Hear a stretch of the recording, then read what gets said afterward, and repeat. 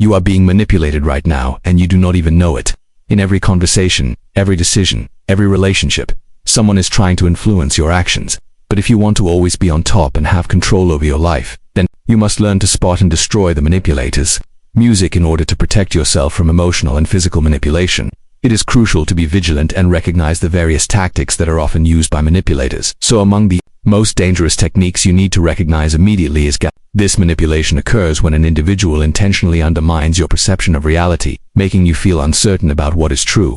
The method often operates subtly, as the person skillfully changes facts about situations to make you question your memory, your judgment, and even your own mind. As a result, you might begin to ask yourself if you really did react too strongly or if you perhaps misinterpreted what actually happened. Their ultimate purpose is to create such a deep level of confusion that you stop trusting yourself and start believing their version of events. For instance, following a disagreement that they clearly initiated, they could manage to persuade you that the entire problem was your fault. You must remain vigilant because gaslighting can quietly infiltrate everyday interactions, bringing you to a state where you suddenly doubt everything you believe to be true about yourself. An alternative method that operates on a completely different principle but is equally effective is known as reverse psychology. On the surface, this appears to be a very straightforward technique, and its power truly lies in that simplicity. The person using this approach will tell you to do one particular thing because they anticipate that you will have a strong desire to do the exact opposite. For instance, to illustrate how this works, if I wanted you to stop drinking Coke, I would suggest you should keep drinking Coke all day long from morning to night. Don't even think about having water. In response to this, your natural inclination would likely be to feel a sudden need to stop drinking Coke. This psychological strategy succeeds because it taps into your inherent desire to rebel against commands and assert your own freedom of choice. You can probably recall a time when someone said, "You cannot handle this," and you immediately felt a powerful drive to prove them wrong. That experience is a perfect example of reverse psychology in action. Another method used in manipulation is the choice restriction, a technique which creates a powerful illusion of freedom while simultaneously taking that freedom away from you. This approach works so well because it successfully gives you the feeling that you are in control of the situation when, in reality, your power to decide has been completely removed. The person using this tactic deliberately limits the options you can choose from, which naturally guides you toward the one specific outcome they want you to select. For a clear example of this method, imagine someone offers you two possibilities. You can either study for your test or you can take care of difficult household chores like cleaning all the dishes and mopping the floors. You will almost certainly pick the more desirable option, which is studying, and in this way, that person gets exactly what they wanted without having to use any force or direct orders. By narrowing down your possibilities, they take away your real freedom, and you ultimately do what they planned without ever realizing that you have been manipulated. When it comes to the emotional part of manipulation, this is precisely where a person's feelings are turned into the primary tool for gaining control over them. A guilt trip is a specific strategy that happens when someone intentionally makes you feel terrible or ashamed about something you have said or done in the past. This method is especially effective when used on people who experience their emotions quite strongly, mainly because the powerful feeling of guilt helps to break down their emotional defenses, which then makes them far more likely to agree to the manipulator's demands. For instance, think about a time when you have heard someone say phrases like, "You should not have acted that way," "That was not right," or "You need to say sorry to them." In that situation, they are using your own sense of guilt as a way to influence your actions. Once you start to feel bad about yourself, you often become willing to do almost anything they ask just to resolve the tension and make things feel right again. Emotional manipulation using a guilt trip often paves the way for more complex forms of persuasion. The business world in particular has refined these psychological tactics to such a degree that they often go completely unnoticed by most people. This is where manipulative negotiation frequently comes into play in our daily lives. Imagine walking into a store where a salesperson insists, "This deal is the greatest you will ever see. Believe me, nothing beats this price." You are witnessing manipulative negotiation firsthand. Such methods rely on making a product seem far more valuable than it is or by pressuring you to make a fast choice, all designed to secure your agreement. The entire strategy revolves around making you feel that you have no real alternative except to do exactly what they are suggesting. While you can see these types of manipulation most clearly in a sales setting, the same ideas are used in everyday life. For a tactic like manipulative negotiation to be successful, it often needs a sense of urgency, which is created by taking small problems and making them seem much larger. The technique of amplifying issues, for instance, involves making a minor detail appear to be a huge problem. The individual will exaggerate the situation to cause you to feel worried or to believe you must make a decision right away. This approach is frequently seen during disagreements when one person describes a tiny issue as if it were a catastrophic event. Their purpose is to put pressure on you to react without delay. typically before you get a moment to understand what is truly going on. Creating a false sense of urgency by amplifying issues can make a person more vulnerable to deeper kinds of emotional control. However, the most dangerous manipulation frequently shows up looking like the one thing people desire most. Love bombing is a clear example. It happens when someone overwhelms you with affection, praise, and constant attention to get you under their influence. At first it feels fantastic because most people love to be treated as if they are the most important person in the world. But after they feel you are connected to them, they begin using that bond to direct your behavior. They will put you on a guilt trip if you don't mirror their passion or when you refuse to do what they want. This form of manipulation pretends but to be caring, which makes it one of the most damaging ways to control another person.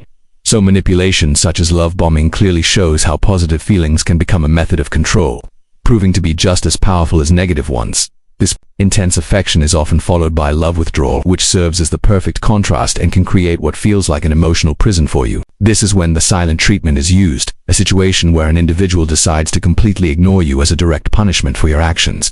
Their refusal to speak is a type of negative reinforcement meant to make you feel anxious, confused, and very stressed. As a result of this constant pressure and potential blame shifting, you eventually become the person reaching out first, offering apologies and trying to fix the problem, even when you have done nothing wrong. This particular power game is designed to force you into chasing their attention and practically begging for their approval.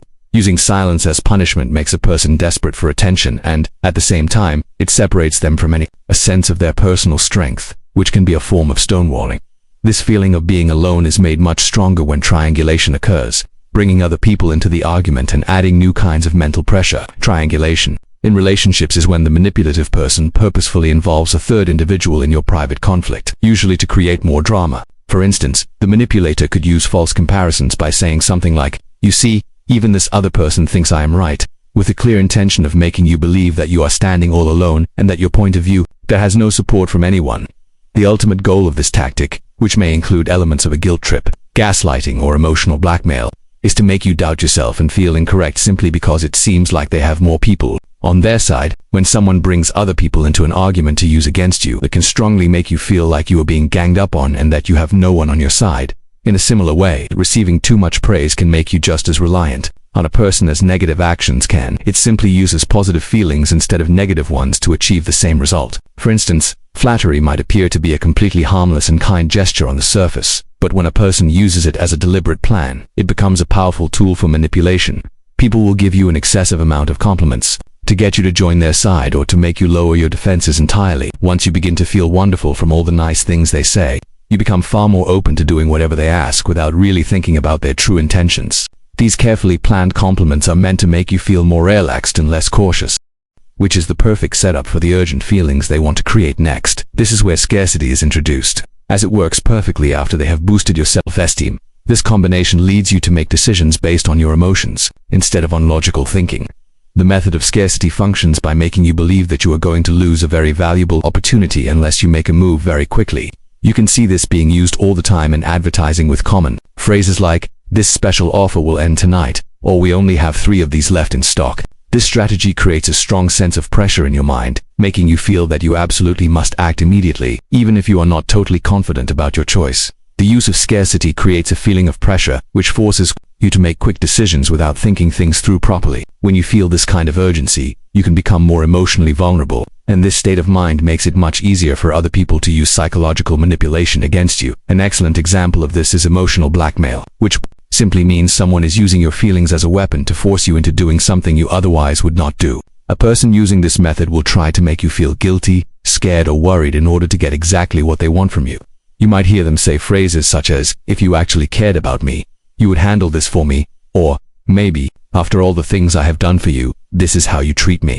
This entire manipulative technique is designed to push you into action, because you are afraid that you might lose that person's love or their good opinion of you. For these kinds of emotional attacks to be successful, it is very important that the target believes the person's interest in them is real and caring.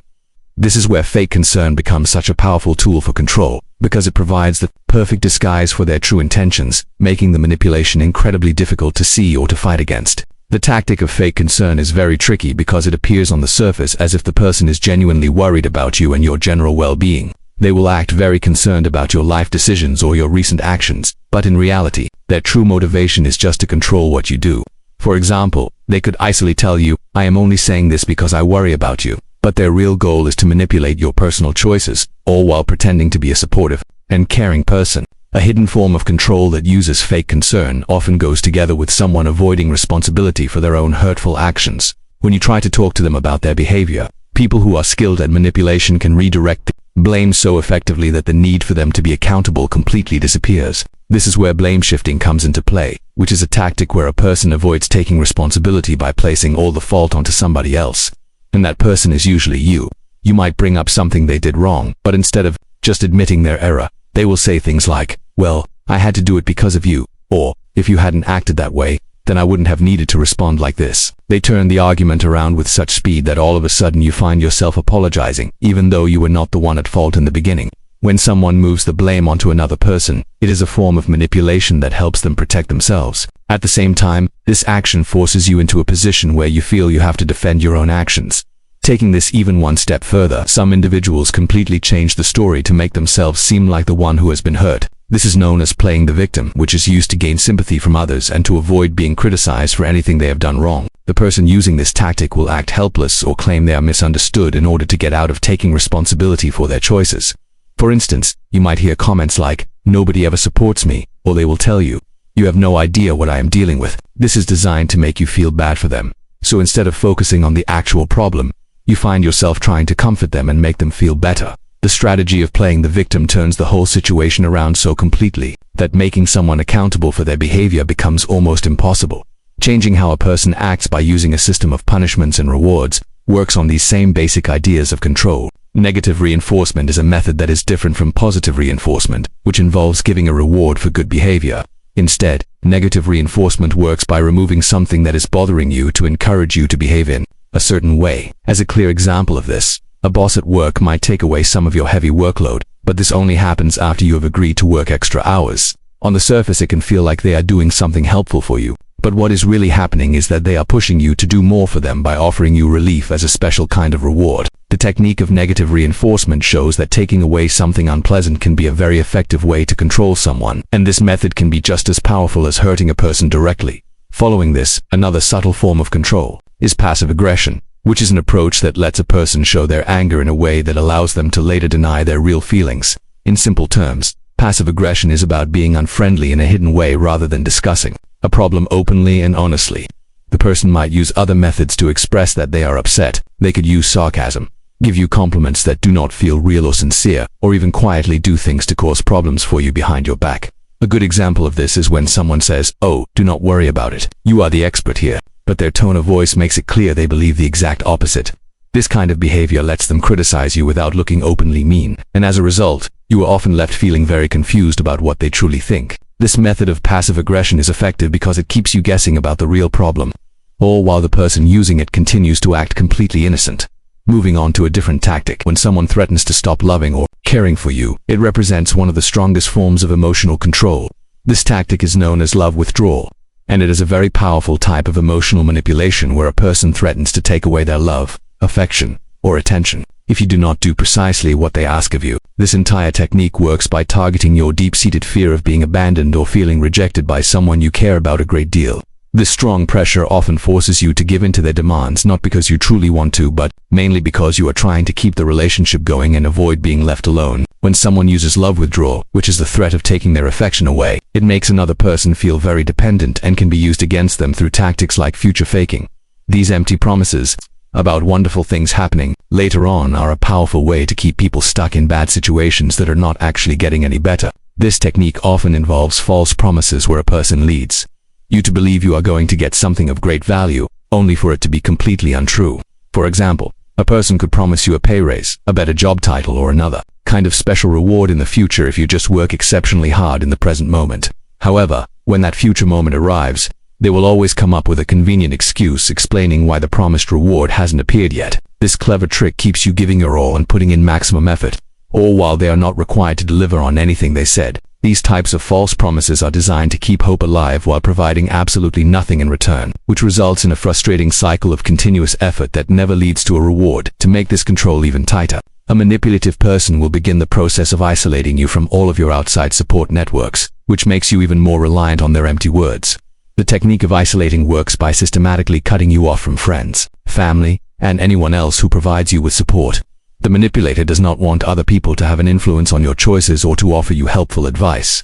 So they work to slowly create distance between you and your loved ones. You might hear them say things such as, "Your friends are not a good influence on you," or ask a question like, "Why do you feel the need to see them when I am right here for you?" Their main goal is to make you rely on them and only them for everything, because that is how you become significantly easier to control.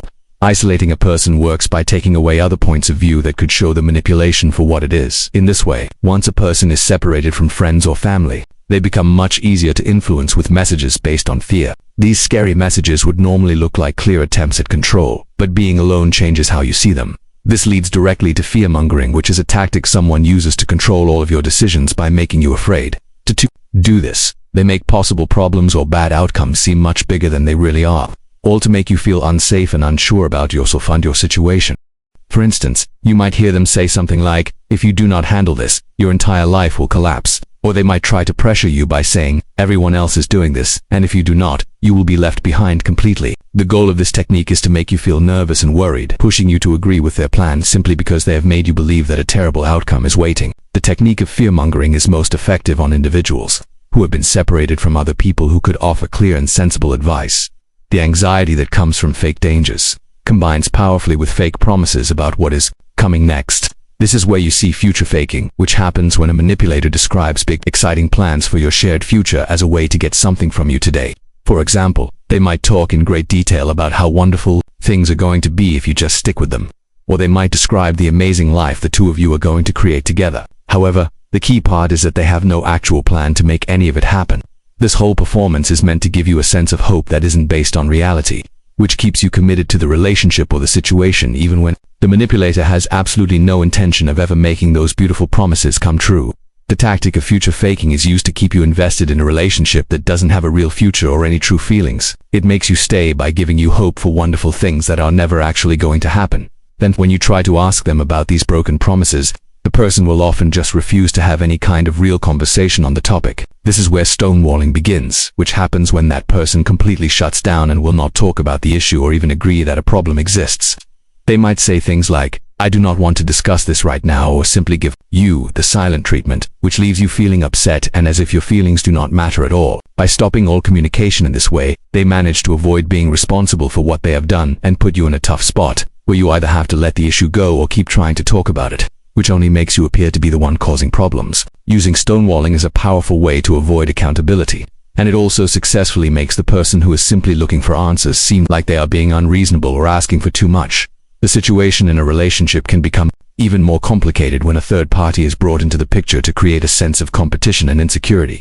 This is what is known as triangulation in relationships, and it involves bringing another person into your dynamic specifically to cause jealousy, make you feel like you have to compete, or feel unsure about yourself. This particular method is frequently seen in romantic partnerships where one person might flirt with someone else right in front of you or constantly talk about how great another person is, just to make you feel like you are not good enough or to make you anxious. It is designed to keep you feeling nervous and on edge, and it pushes you to work much harder to try and earn their approval and get their attention. One way to control people is by using triangulation to make them feel jealous, which causes them to compete against each other for the manipulator's attention instead of looking at what the manipulator is actually doing. These created rivalries are often built on making people feel like they are not good enough. This is where false comparisons come into play, as a manipulator will compare you unfavorably to other people in order to make you feel less valuable or skilled than you really are.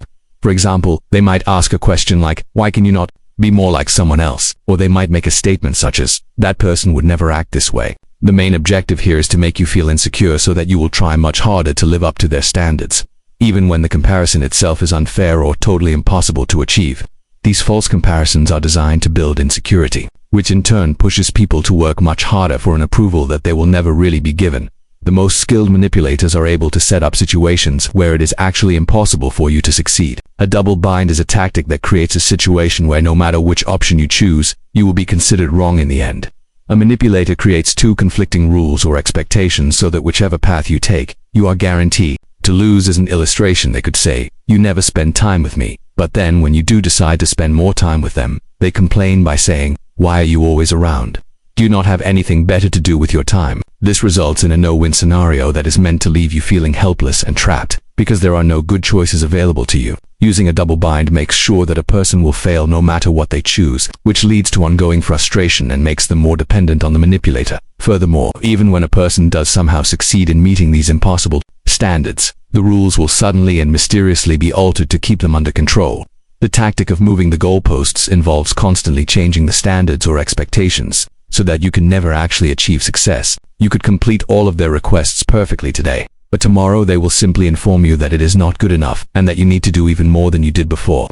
This establishes a continuous cycle where you are always trying to please an individual who is constantly changing what it means to be successful or to earn their approval. The tactic of moving the goalposts is used to make sure that success is always impossible for you to get, no matter how hard you try or how much work you put in.